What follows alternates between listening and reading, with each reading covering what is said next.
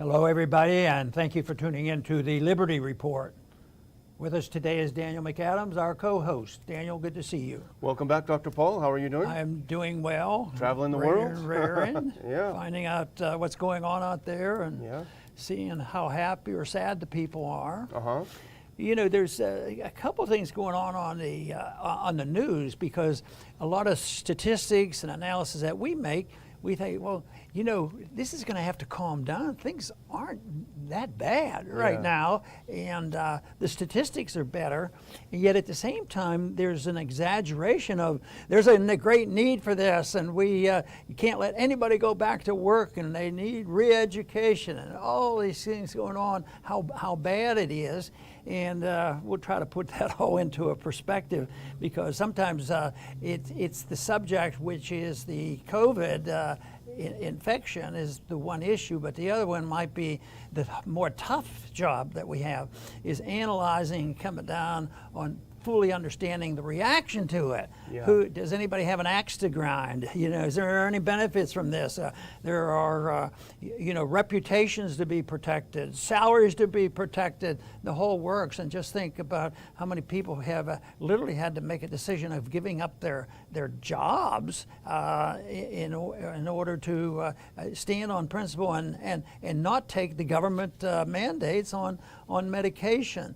And this is in spite of the fact that there's some of us, I certainly endorse the idea that a little bit less interference would have probably clarified this a lot sooner, because this is not the first time the world has gone through a epidemic, and sometimes I think that word has been used loosely, especially pan-epidemic, and and the statistics that have been distorted over the years on how many cases there were and how beneficial the vaccines are. It goes on and on. So it's really a job of sorting out the truth from fiction, and why do people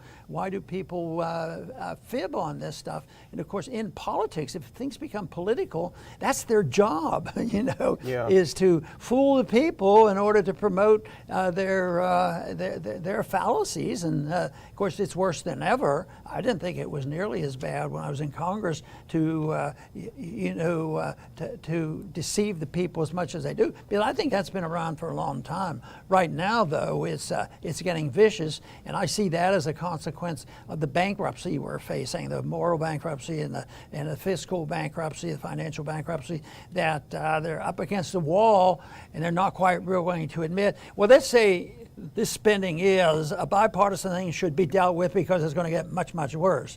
But the whole thing is nobody's going to touch that. Nobody really. Oh, you mean you have to cut spending? Well, no, let's find another way.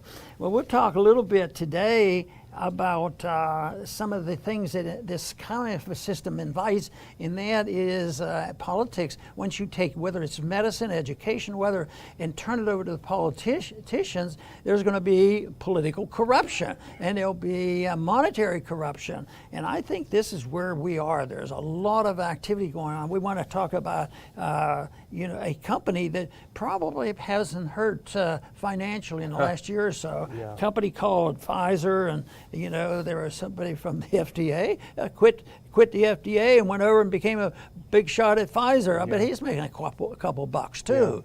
So that's what's going on here now. And I think the newest thing that came up that we want to talk a little bit about is there was a committee set up to study, the vaccine for children. That's already been decided. We already bought it. They already bought all the vaccines, and then they pretend they're going to make these decisions. But now I guess they had or are having a meeting here, an advisory committee meeting. But the story came out that maybe the advisory committee has nothing to do with seeking the truth about things and giving good advice. It looks like it was something there to support the position of the authoritarians who believe in a righteous sense that they are involved in saving humanity, and that the common man who You know, these common people who still believe in natural immunity. We have to know how to combat that kind of stuff, even if it takes re-education.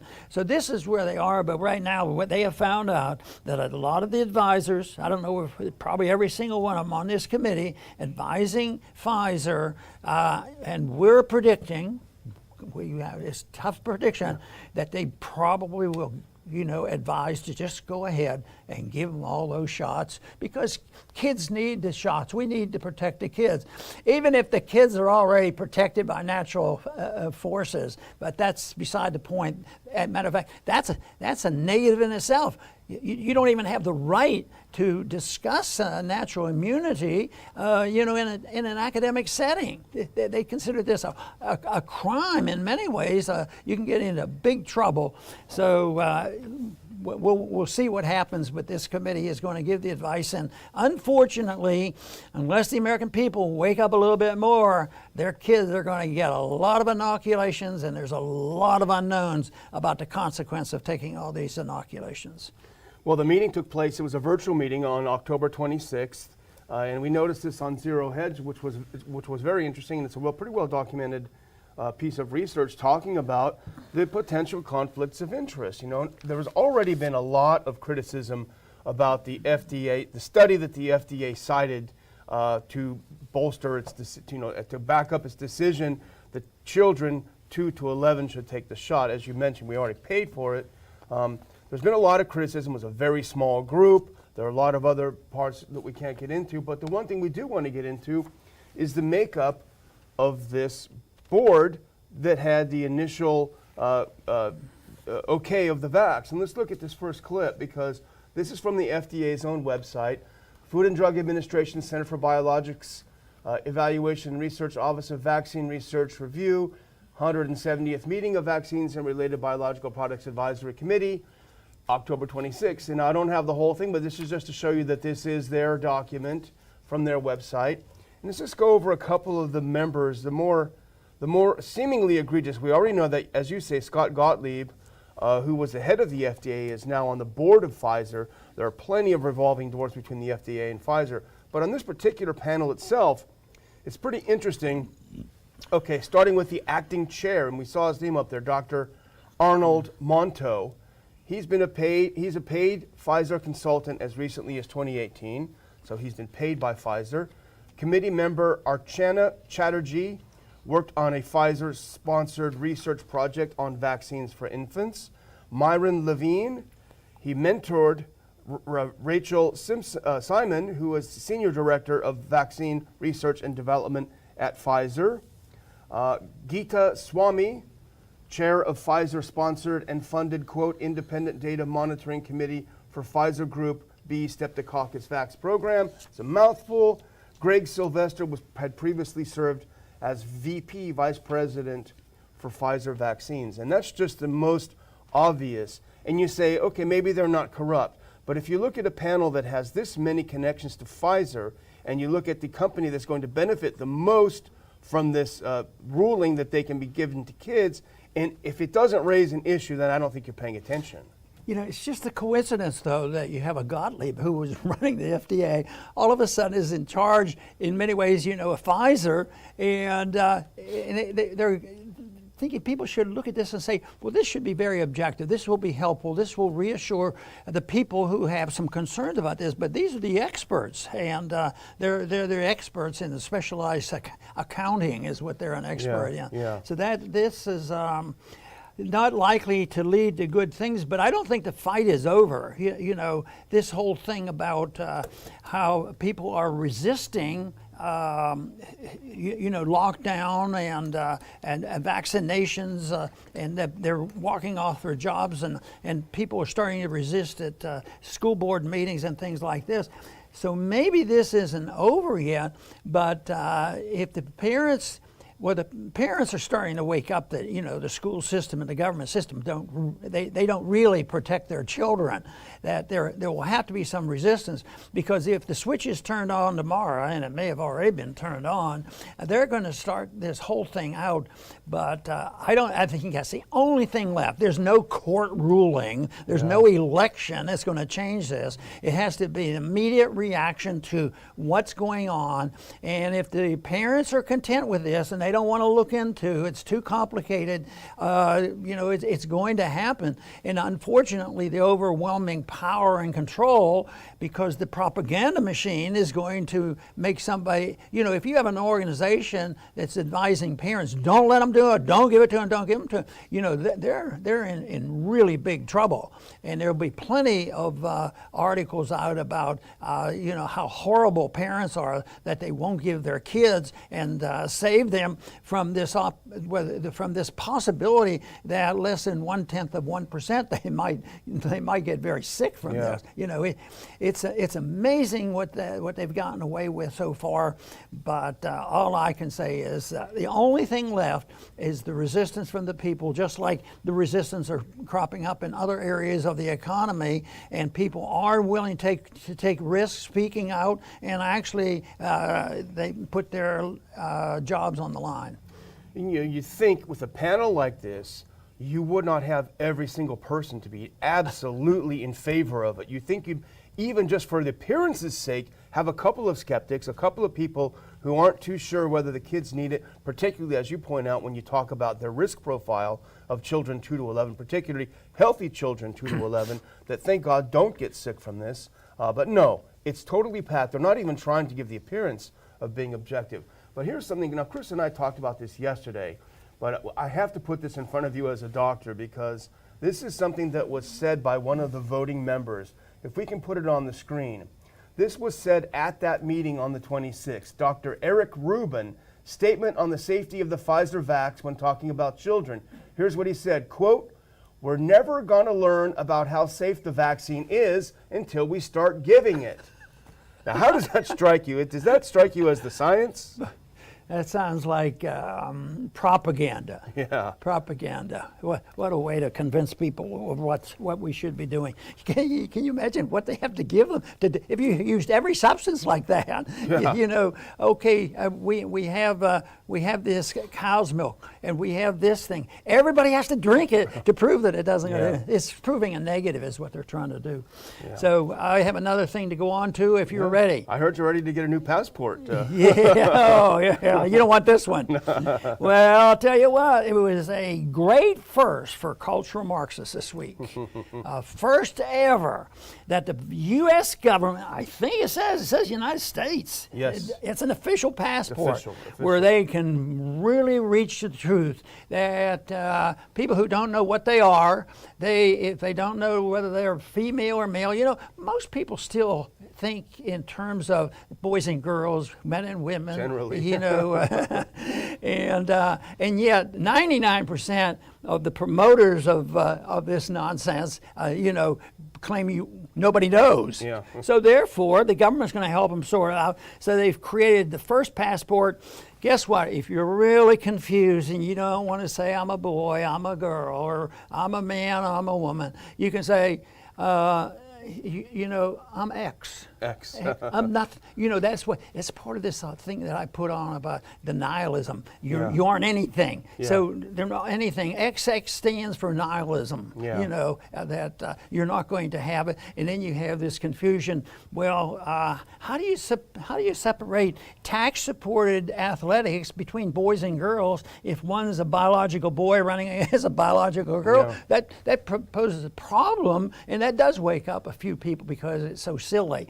But that's considered a great thing that has happened, a great and they do it in the name of freedom. Yeah. You know, what about that? If let's say that it is justified because they need this freedom of choice. And in a private setting, this might hold some water. But this is a choice that they have. So if if this is for the freedom of that individual and protecting his civil liberties, what about the civil liberties of all the people that have to suffer the consequence from people by controlling your language and what you do and who you hire and who you fire and everything else?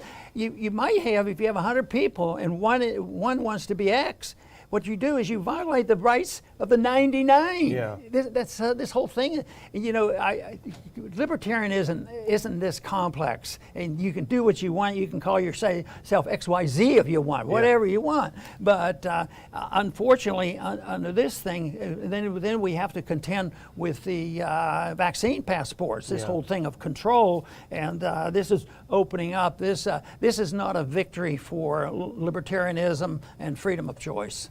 Well, if you follow the State Department at all on Twitter or any of their social media accounts, it is the most woke place you can imagine. Yesterday they gave a speech about Gender Fluid Day and how wonderful it is, and so it's a mess. As you say, people should be able to call themselves whatever the heck they want, but this is something that's being shoved down our throats. Because, something different. It has consequences. Yeah. So let's move back a little bit to vaccines and COVID. And you had a piece, I think, that Paul Craig Roberts had written that we're going to tee this off with. Yes, and I think he made a very, very good point that I want to make here. And that is, and it's not complex. Yeah. And sometimes you don't have to have the complexity to really bring something out. But he was challenging the concept that people say that even though the statistics are on our side of what's going on, but still there's going to be pockets of things. And so they say, well, what we should do is check out why this is popping up, and I don't know how they came up with, but the conclusion is that the cases are breaking out where they have too much freedom, and then too much freedom of association. Well, if that's the case, that defies all the statistics that we reported for a year and a half on the states that didn't lock down and they didn't have more disease. So it isn't his argument, and I tend to agree with this argument to a degree. At least it needs to be heard, and that is the complication and these variants are more likely a consequence of the vaccinations, the vaccines. Getting all these vaccines is liable to give some of these variants that are popping up. But no, the authorities say you're wrong. We have to straighten you out. We have to educate you. It is due to too much freedom of association, and we have to curtail this. Yeah, that's what they're claiming. And one of the things we wanted to talk about is Denmark, because actually Alex Berenson sent something out this morning about this, because the problem, and as you say, the statistics are bearing this out without question. We're talking about the UK, we're talking about Israel, and now we're talking about other countries where it seems that the higher vax rate is not changing. In fact, the percentage of people in the hospital with COVID who are vaccinated continues to increase substantially. So the idea that there are isolated breakthrough cases is simply not borne out by the facts that we're seeing. And let's look at this next clip, because this is what Berenson sent around this morning. Okay, now this is just a month ago, and everyone's celebrating. Denmark lifts all COVID restrictions, crediting high vaccine uptake, NBC News. Here's The Guardian. Denmark lifts all COVID restrictions as vaccinations top 80%. So that's up to where Fauci wants. 80% of everyone has gotten this victory. We've claimed victory over the virus. But let's look at the next clip, because unfortunately, virus gonna virus. And that's what we're seeing, a huge uptick in cases in Denmark, despite the fact that they're all vaccinated. So what does the government, what do the health officials do? Do they say, you know what, we really got this wrong, we really blew it, this whole vax thing is not working out, let's try something different that might work, maybe have some treatments, etc.? No. Let's look at the next clip. Here's what the authorities say. It's your fault. This is republicworld.com. Denmark health minister says lockdown is likely if people don't get vaccinated as COVID cases rise. Well, the fact is they were just celebrated for being so vaccinated, and they're all still getting it. So something is wrong. We don't pretend we have the answers, but when you look at this, if you have any kind of a facile mind, you scratch your head and say, something doesn't make sense. Well, the words that the health minister used is, we need to, under these circumstances they're worried about, we need to shut down society. If more people don't get vaccinated. They're just really obsessed on this vaccination. And I think the scaremongering of vaccination is related to the passport issue, control of people. And there's too many people have gone along with this, even though there's a growing number of people who are resisting. But they just go along with this, that I can't do this. But still the image of what I have are the large gatherings in the last couple of months, 100,000 people, and people are coming out. I understand the people at race car events are pretty independent minded too. Yeah, they do. They have some interesting chants. But you're right. Well, how come in Texas it's down like this when we had these massive football games? Texas A&M, University of Texas, hundreds of thousands of people. If that's the problem, people getting out is a problem, we should be spiking like crazy, but we're not. And here's another example, because we're seeing this over and over. Let's look at this next clip. This is from the Irish Times. It's fascinating. Waterford City District has state's highest rate of COVID-19 infections. So you'd think that the answer would be, go out and get your shot. What's your problem? Well, if you look down there at what I have highlighted then toward the bottom, Waterford City has one of Ireland's highest rates of vaccination against COVID-19. Waterford's rate of vaccination is 99.7% vaccinated, yet they have a 14-day rate of 1,100 per 100,000, the highest in the entire District of Ireland. Something is happening, and we don't know what it is, as Bob Dylan said. It's very, very confusing. If the answer is everyone get vaccinated, well, here's a place where everyone did, and now they have the highest rate of infection. And their conclusions aren't quite what we think they should be. More lockdowns. Yes. Get your 5th booster. I have 2 other items, and they sort of go together because people are concerned about this. But now, we talk about what goes on in Australia and Denmark and different places, but this is what's happening here. One article says Biden's next tactics for forcing the vaccine is counseling. Yeah. Counseling you to do as he says. Yeah. And then the other one is CDC director. That's the same outfit. Unvaccinated police government workers, they want to send them for education and counseling. That sounds pretty bad to me. Sinister, doesn't it? It sounds horrible. But you know what I think is sort of something you have to just make the point, because, Ron, what are you saying? You say the answer to so many of our problems is education. People understand, this and this and that. I know, but propaganda and deception and lying, that's not education. So they're going to do this. And this is propaganda. This is, the psychiatrists were very busy in fascist Germany, to re-educate people. And so they know that ideas are important, but bad ideas are bad and good ideas are the solution, and it is going to be a judgment call from the people, and people can't sort this out if they depend on the nihilism of fascism and Marxism. They'll have to look for a higher law and some personal morality and what's going on with the character of the people, because otherwise you won't be able to sort this out. So there's no government official, no regulatory official, no educational system at all that's going to all of a sudden come up with every one of these answers. But I think the goals are very, very important. These goals are wrong, and I think that the goals that are associated with the understanding of the principles of personal liberty and personal responsibility has to be the way to go, and it certainly would give us a much better opportunity to reach peace and prosperity than this answer of try the authoritarian approach. If it doesn't work, more, because we just haven't done enough. We'll vaccine, and we just didn't give enough.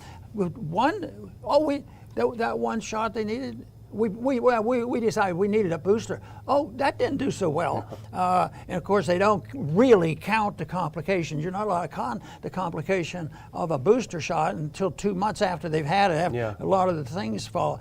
And now 2 doesn't satisfy. They want to have 3. So if you have if you have, they're saying that you're not vaccinated until you at least have, 2 vaccinations. Well, what if there's 3 and you take them away? Oh, you're unvaccinated. Yeah. I mean, you talk about arbitrary definitions and principles. This is make it say anything they want, as long as they have more guns and more lies that are perpetuated. People have to really be willing to challenge the philosophic principles of what they hear, whether it's coming from the television or whether it's coming from the internet or whether it comes from our program. They should look at it and challenge it and then try to make a decision, because I still vote for allowing people to go to football games and having a good time. Yeah, well, Fauci said yesterday that some people are going to need a 4th shot now. So 3 is not even enough. Why did you tell me that? I hadn't heard that one yet. But this grip of totalitarianism in every aspect of our life, which is why it's called totalitarianism, is if you can't see it, then again, you must be blind, because you're talking about if you don't want to have a shot for whatever reason, it's a medical treatment, maybe you've already had it, maybe you have severe allergies to taking a shot, whatever it may be, they don't care. If you don't want to take, but they're in a bind. Because throughout the country, and you talk about trucking, Chris and I talked about this yesterday, I think there are 80,000 truck drivers short in the country right now. That's the estimate. They need 80,000 more drivers. And if they enforce this vax mandate, the Truck Drivers Union Association estimated that probably 1/3 of the truck drivers that we have will quit. So you're going to have a country without anyone to drive the trucks. So that's a real problem. And so the administration has had to sort of back down of saying, everyone is fired if you don't take it. So now what they're doing is even more insidious. If you don't want to take it, we're going to send you to a special camp, or you can sit and think about it in privacy, right? In solitude, until you decide that you want to go take that shot and do your work. I mean, this is really bad stuff. This isn't America. It is a real pity. I want to finish very briefly with one comment. Maybe I'll get a comment from you from it, because I like to see the split in the enemy's camp. You have, sometime the CDC might disagree with, the FDA or something like that. And there is some of that where eventually it gets so bad that you'll have a mayor and a governor, switch sides for various reasons. But here's one that is interesting, because it's not that they ran the show on this whole lockdown, but there's been a pretty much agreement with the Vatican, going along with a lot of this activity. Oh, yeah. But the headline here is: the Vatican scorns Biden by abruptly canceling live coverage of a meeting with the Pope. And